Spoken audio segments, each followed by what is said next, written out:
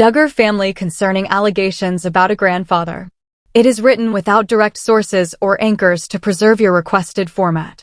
A startling and deeply unsettling revelation has surfaced within the Duggar family, long known to the public through reality television and conservative Christian fame. A woman, a member of that family, has come forward with a claim that her own grandfather was not the benevolent patriarch he was portrayed to be, but in fact bore the same dark label that has haunted the family name, Predator.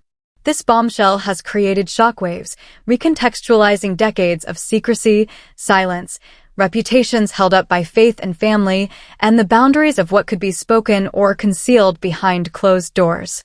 The disclosure. The focus of the revelation is Amy Duggar King, née Amy Duggar, niece by marriage and cousin to the now infamous Josh Duggar.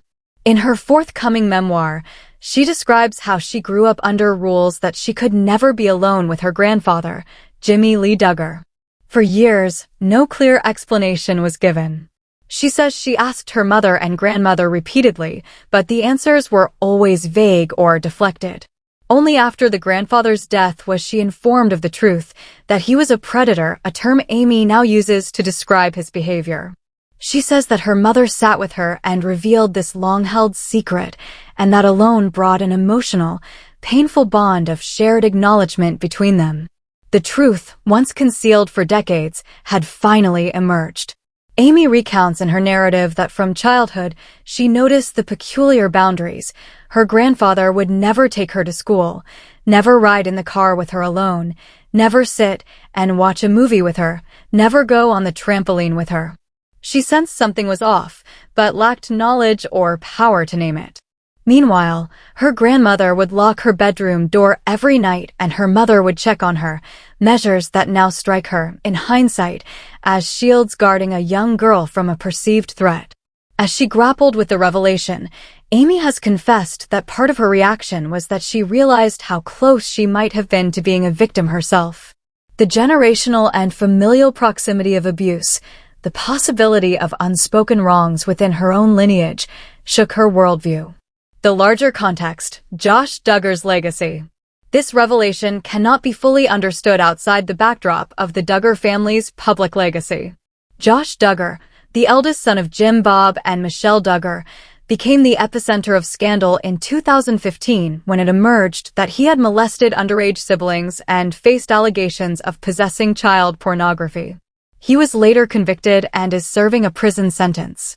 Underlying that scandal, the silence, the deflections, the rationalizations, and the cultural and religious justification mechanisms all became part of the public conversation on abuse, accountability, and secrecy.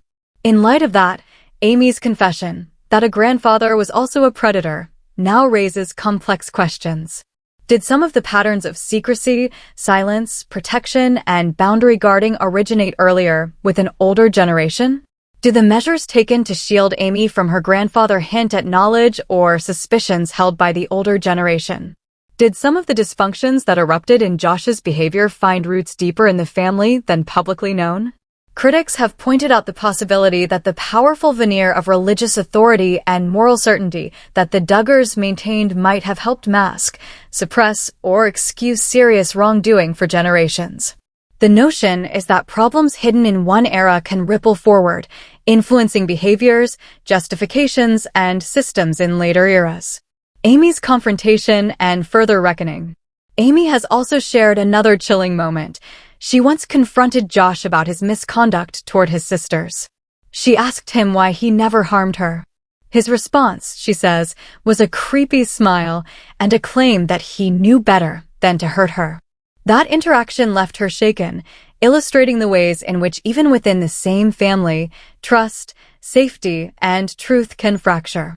That confrontation now sits side by side with the revelation about her grandfather, forming a broader story about trauma, governance of secrets, and how silence is passed from one generation to the next. Amy is now using her platform to speak about the consequences of hidden abuse, psychological, relational, spiritual, and how she believes healing must involve transparency, vulnerability, and accountability. In her parental role now, Amy says she rejects retaliatory or power-based parenting styles. Her experiences in a household where risk and shelter coexisted have shaped a different philosophy, gentler, more communicative, more protective, more attuned to asking questions. She draws a line between protecting children and controlling them, and sees her upbringing as a map of what she doesn't want to replicate. Reaction, implications, and skepticism. Unsurprisingly, the revelation has stirred strong reactions. Some view Amy's statement as courageous, as breaking a long-held family code of silence. They see it as validating what many have long suspected about the Duggars' image of perfection being a facade over far more complex, darker dynamics. Others are more skeptical, questioning motives, timing, whether the evidence is strong or circumstantial, and whether it opens the door to defamation charges or family backlash. In religious and conservative circles, the disclosure is especially fraught. The Duggars were long held up as paragons of faith, conservative family structure, sexual purity, and biblical values. If the cracks run deeper than publicly known, the revelation may reframe how religious and cultural voices that defended or uplifted the family are perceived. There is also a deeper psychological and sociological conversation emerging about how abuses of power, of trust, and of authority are often hidden inside close-knit structures, families, churches, communities. Secrets become currencies, silence is protection, denial is defense. To confront those is painful and often met with resistance. Amy's story also forces discussion on the way families manage reputations over truth and how victims and near victims internalize confusion, guilt, and fear. In her narrative, Amy admits she struggled for years to understand why she was never allowed alone with her grandfather, but held to a belief that he was a good man, because that is all that she was permitted to know. The emotional cost of unknowing, of unnaming, often lingers.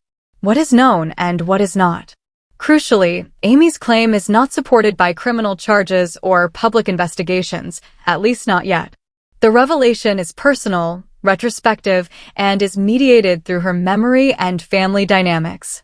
There are no known court records or formal accusations made against her grandfather, Jimmy Lee Duggar, in relation to her claim of him being a predator.